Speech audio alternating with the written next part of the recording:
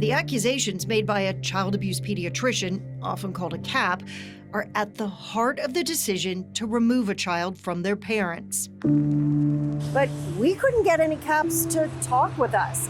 And the medical professionals that are willing to push back against a diagnosis of abuse wouldn't sit down for an interview either, afraid their words would be used against them in court. So that's exactly where we went, to court, where medical professionals couldn't dodge our cameras. The case, Daniel Smith.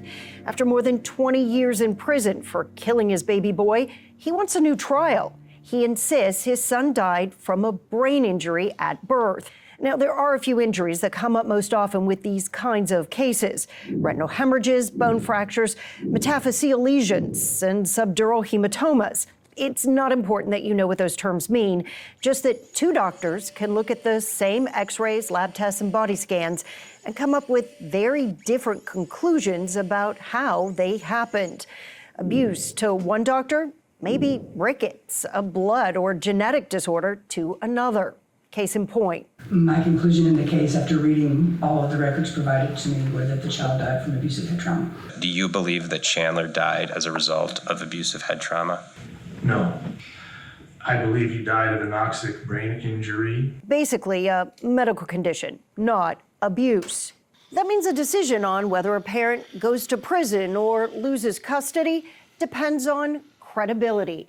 And perhaps it's why we found documents like this one, The Racket About Rickets, an 80-page presentation on how to discredit a defense witness. I've been in the field for a long time.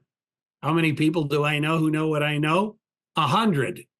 Not one is willing to do this. Not one. Dr. Michael LaPosada is the only doctor who agreed to talk with us for this story.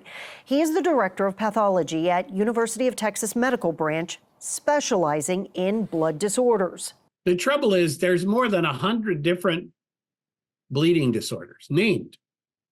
And so what they do is they rule out a limited number, 5, 6, and say, that's it. We did all the tests. In 1998, Dr. LaPosada saw firsthand how a misdiagnosis could put a parent in prison. Ever since, he has been analyzing cases free of charge and testifying for those he believes are innocent.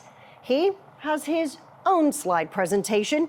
It's called The Worst Misdiagnosis of All. 19 out of 20 kids with bruises were actually beaten. I have 3 kids, and I used to play this game with them. Joe, touch your nose, touch your nose, touch your nose, touch your chin. Oh, he touched his nose. I think that's the problem here, is that if it's abuse, people don't stop to think for a minute, and there's no requirement for getting an expert like me, who signed out 50,000 bleeding and clotting patients, to say, is there an underlying disease? And then, even if there is, there's no requirement to believe me. LaPosada works with a team of doctors from different specialties designed to challenge his diagnosis, not rubber stamp it. We have no idea if that's what happens at CHOA, since no one would agree to sit down and talk with us. But at this Gwinnett County hearing, child abuse pediatrician Suzanne Starling testified they are trained to look at all options. Have you ever looked at a case where abuse was suspected or alleged and found that abuse did not occur?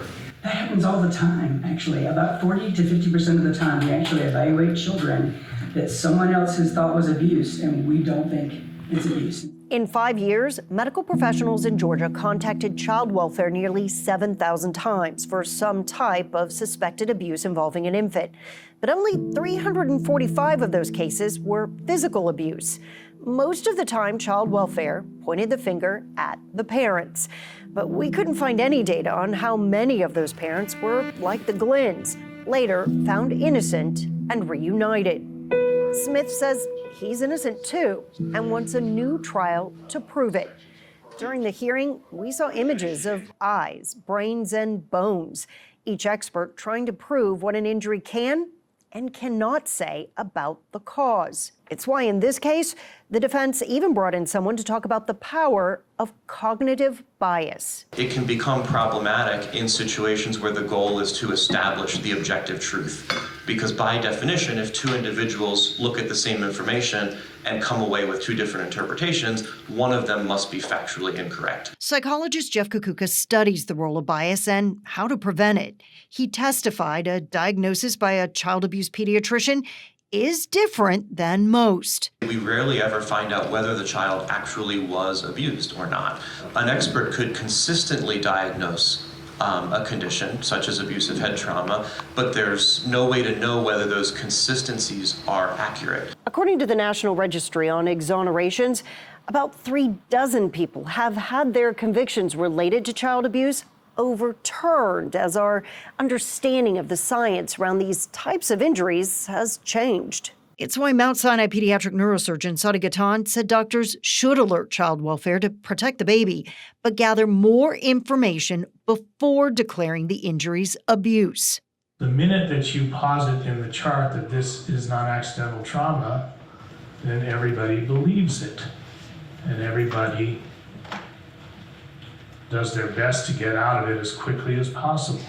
Gatan has published a report encouraging specialists to speak up when consulted on a case labeled abuse that may not actually be. When there's an accusation of child abuse, get involved, because if you walk away, that's when people get hurt. The judge has yet to say whether he will grant Smith a new trial. But parents argue before any case goes to court, they should be allowed an independent second medical opinion. There is one state that has made that right. A law will take you there as we investigate the help that harms.